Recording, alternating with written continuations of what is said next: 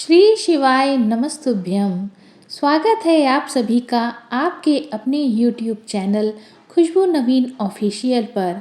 श्रावण का संपूर्ण मास मनुष्यों में ही नहीं अपितु पशु पक्षियों में भी एक नव चेतना का संचार करता है। सावन में मौसम का परिवर्तन होने लगता है।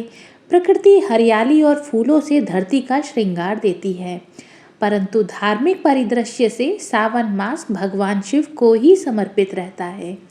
मान्यता है कि शिव आराधना से इस मास में विशेष फल प्राप्त होता है। इस महीने में हमारे सभी ज्योतिर्लिंगों की विशेष पूजा अर्चना और अनुष्ठान की बड़ी प्राचीन एवं पौराणिक परंपरा रही है। रुद्राभिषेक के साथ महामृत्युंजय का पाठ तथा काल सर्प दोष निवारण की विशेष पूजा का महत्वपूर्ण समय रहता है। यह वह मास है जब कहा जाता है जो मांगोगे वही मिलेगा, भोलेनाथ सबका भला करते हैं। श्रावण महीने में हर सोमवार को शिव जी का व्रत या उपवास रखा जाता है। श्रावण मास में पूरे माह भी व्रत रखा जाता है। इस महीने में प्रत्येक दिन स्कंद पुराण के एक अध्याय को अवश्य पढ़ना चाहिए। यह महीना मनोकामनाओं का इच्छित फल प्रदान करने वाला माना जाता है। पूरे महीने शिव परिवार की विशेष पूजा की जाती है। इस वर्ष 4 जुलाई को श्रावण मास प्रारंभ हो गया है। 10 जुलाई के दिन श्रावण मास का प्रथम सोमवार पड़ेगा। इसके बाद 17 जुलाई को दूसरा सोमवार, 24 जुलाई को तीसरा सोमवार, 31 जुलाई को चौथा सोमवार पड़ेगा, 7 अगस्त को पांचवा सोमवार, 14 अगस्त को छठा सोमवार, 21 अगस्त को सातवां सोमवार तथा 28 अगस्त को श्रावण मास का अंतिम सोमवार पड़ेगा। सावन का अंतिम दिन 31 अगस्त को होगा और 30 अगस्त को राखी का त्यौहार होगा। इस मास में सोमवार के उपवास रखे जाते हैं। कुछ श्रद्धालु 16 सोमवार का व्रत रखते हैं। श्रावण मास में मंगलवार के व्रत को मंगला गौरी व्रत कहा जाता है। जिन कन्याओं के विवाह में विलंब हो रहा है उन्हें सावन में मंगला गौरी का व्रत रखना लाभदायक रहता है। सावन के महीने में सावन शिवरात्रि और हरियाली अमावस का भी अलग अलग महत्व है। सावन के सोमवार पर रखे गए व्रतों की महिमा अपरंपार है। जब सती ने अपने पिता दक्ष के निवास पर शरीर त्याग दिया था, उससे पूर्व महादेव को हर जन्म में पति के रूप में पाने का प्रण किया था। पार्वती ने सावन के महीने में ही निराहार रहकर कठोर तप किया था और भगवान शंकर को पा लिया था। इसलिए यह मास विशेष हो गया और सारा वातावरण शिवमय हो गया। इस अवधि में विवाह योग्य लड़कियां इच्छित वर पाने के लिए सावन के सोमवारों पर व्रत रखती हैं। इसमें भगवान शंकर के अलावा शिव परिवार अर्थात माता पार्वती, कार्तिकेय, नंदी और गणेश जी की पूजा की जाती है। सोमवार को उपवास रखना श्रेष्ठ माना जाता है, परंतु जो नहीं रख सकते हैं वे सूर्यास्त के बाद एक समय भोजन ग्रहण कर सकते हैं। श्रावण मास की पूर्णिमा के दिन श्रवण नक्षत्र होने से मास का नाम श्रावण मास हुआ। और वैसे तो प्रतिदिन ही भगवान शिव की पूजा करनी चाहिए, लेकिन श्रावण मास में भगवान शिव के कैलाश में आगमन के कारण वह श्रावण मास भगवान शिव को प्रिय होने से की गई समस्त आराधना शीघ्र फलदायी होती है।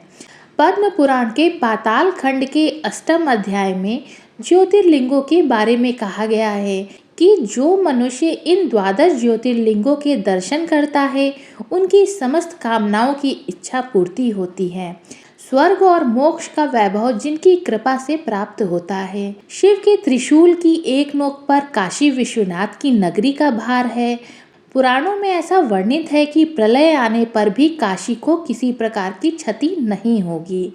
भारत में शिव संबंधी अनेक पर्व तथा उत्सव मनाए जाते हैं। उनमें श्रावण मास भी अपना विशेष महत्व रखता है। संपूर्ण महीने में 4 सोमवार, 1 प्रदोष तथा 1 शिवरात्रि ये योग एक साथ श्रावण महीने में मिलते हैं।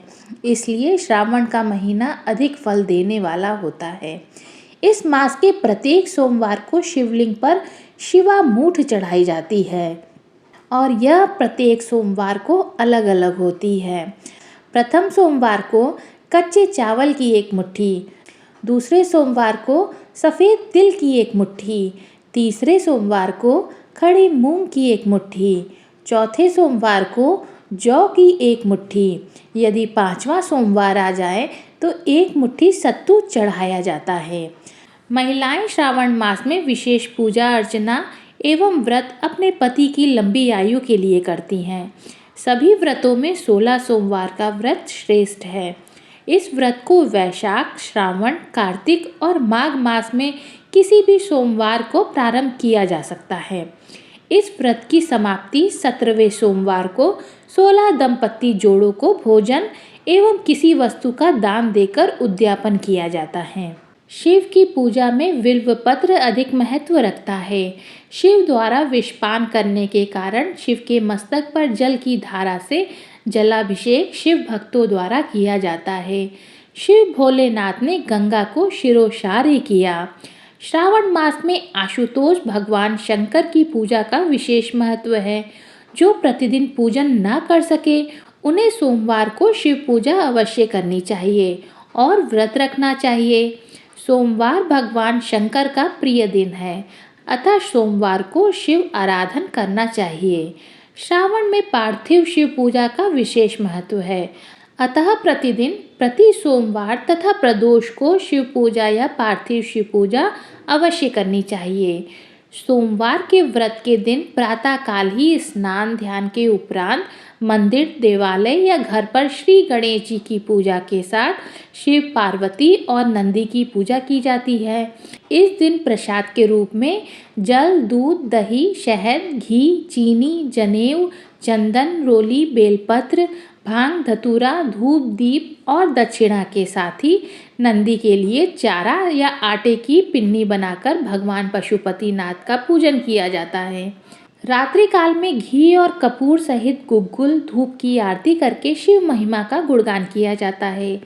लगभग श्रावण मास के सभी सोमवारों को यही प्रक्रिया अपनाई जाती है।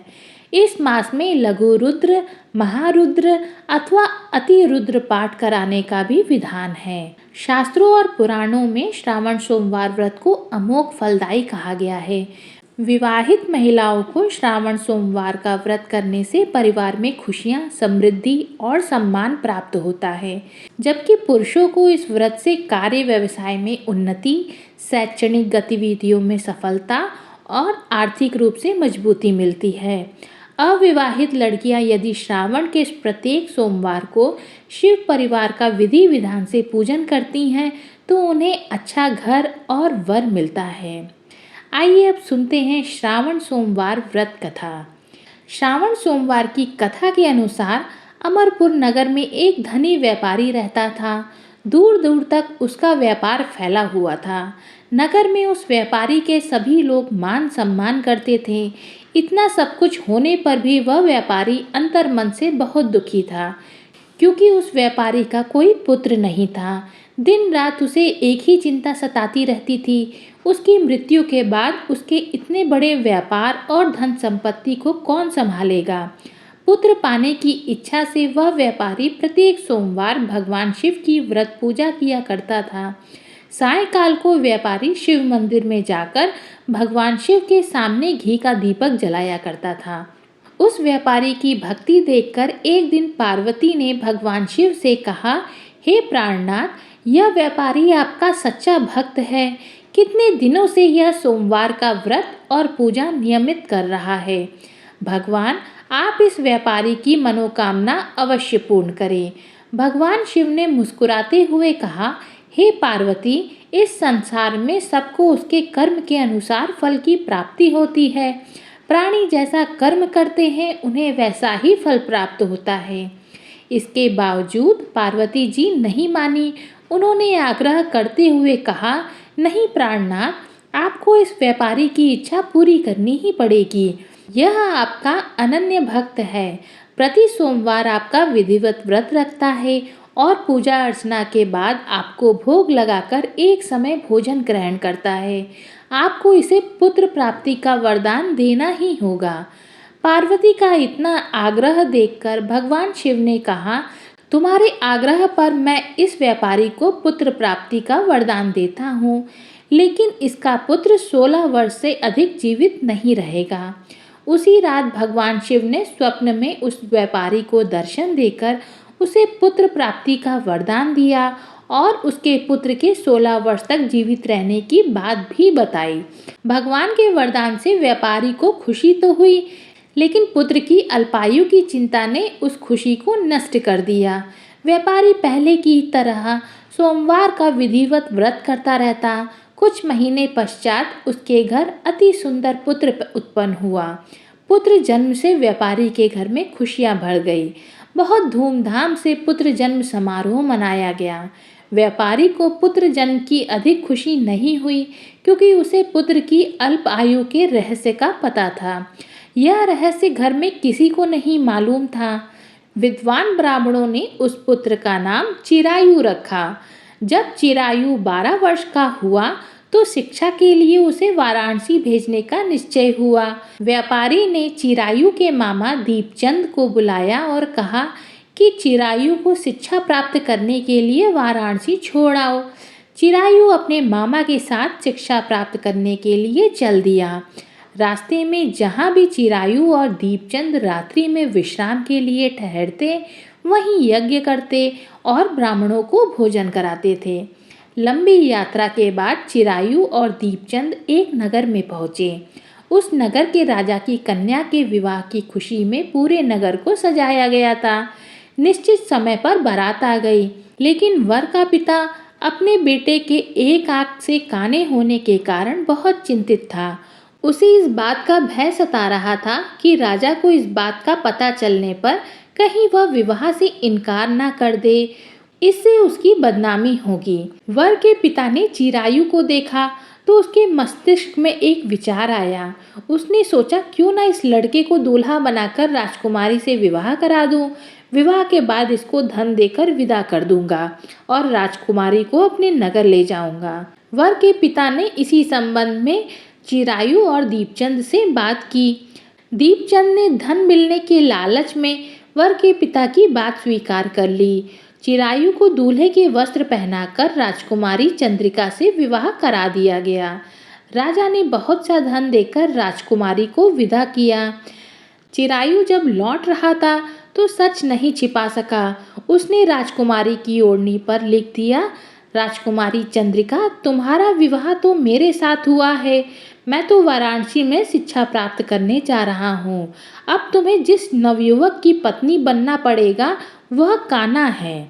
जब राजकुमारी ने अपनी ओढ़नी पर लिखा हुआ पढ़ा तो उसने काने लड़के के साथ जाने से इनकार कर दिया। राजा ने सब बातें जानकर राजकुमारी को महल में रख लिया।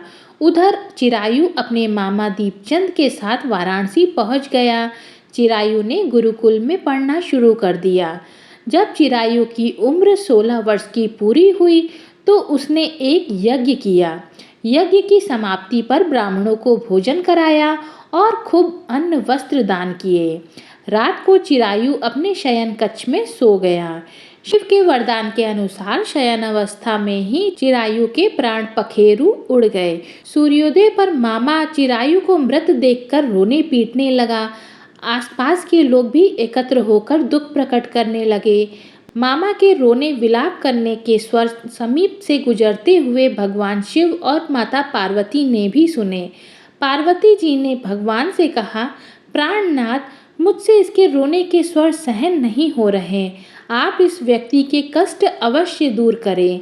भगवान शिव ने पार्वती के साथ अदृश्य रूप में समीप जाकर चिरायु को देखा तो पार्वती जी से बोले, पार्वती, यह तो उसी व्यापारी का पुत्र है। मैंने इसे 16 वर्ष की आयु का वरदान दिया था। इसकी आयु तो पूरी हो गई। पार्वती जी ने फिर भगवान शिव से निवेदन किया, हे प्राणनाथ, आप इस लड़के को जीवित करें, नहीं तो इसके माता पिता पुत्र की मृत्यु के कारण रो रो कर अपने प्राणों को त्याग कर देंगे। इस लड़के का पिता तो आपका परम भक्त है। वर्षों से सोमवार व्रत करते हुए आपको भोग लगा रहा है। पार्वती के आग्रह करने पर भगवान शिव ने उस लड़के को जीवित होने का वरदान दिया और कुछ ही पल में वह जीवित होकर उठ बैठा। शिक्षा समाप्त करके चिरायु मामा के साथ अपने नगर की ओर चल दिया। दोनों चलते हुए उसी नगर में पहुँचे जहाँ चिरायु का विवाह हुआ था। उस नगर में भी चिरायु ने यज्ञ का आयोजन किया। समीप से गुजरते हुए नगर के राजा ने यज्ञ का आयोजन देखा।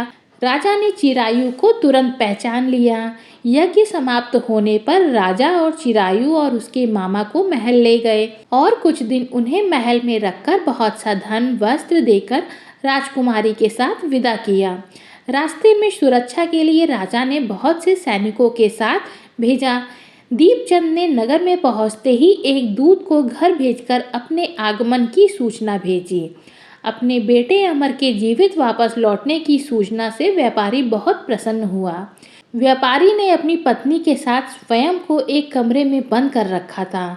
भूखे प्यासे रहकर व्यापारी और उसकी पत्नी बेटे की प्रतीक्षा कर रहे थे। उन्होंने प्रतिज्ञा कर रखी थी कि यदि उन्हें अपने बेटे की मृत्यु का समाचार मिला तो दोनों अपने प्राण त्याग देंगे। व्यापारी अपनी पत्नी और मित्रों के साथ नगर के द्वार पर पहुंचा। अपने बेटे के विवाह का समाचार सुनकर पुत्र वधू राजकुमारी चंद्रिका को देखकर उसकी खुशी का ठिकाना ना रहा। उसी रात भगवान शिव ने व्यापारी के स्वप्न में आकर कहा, हे श्रेष्ठी, मैंने तेरे सोमवार के व्रत करने और व्रत कथा सुनने से प्रसन्न होकर तेरे पुत्र को लंबी आयु प्रदान की है। व्यापारी बहुत प्रसन्न हुआ। सोमवार का व्रत करने से व्यापारी के घर में खुशियां लौट आई। शास्त्रों में लिखा है कि जो स्त्री पुरुष सोमवार का विधिवत व्रत करते हैं और व्रत कथा सुनते हैं, उनकी सभी इच्छाएं पूरी होती हैं। ओम नमः शिवाय। वीडियो आपको अगर अच्छी लगी हो तो वीडियो को लाइक कर दीजिएगा और चैनल अभी तक आपने सब्सक्राइब नहीं किया तो चैनल को सब्सक्राइब कर दीजिएगा।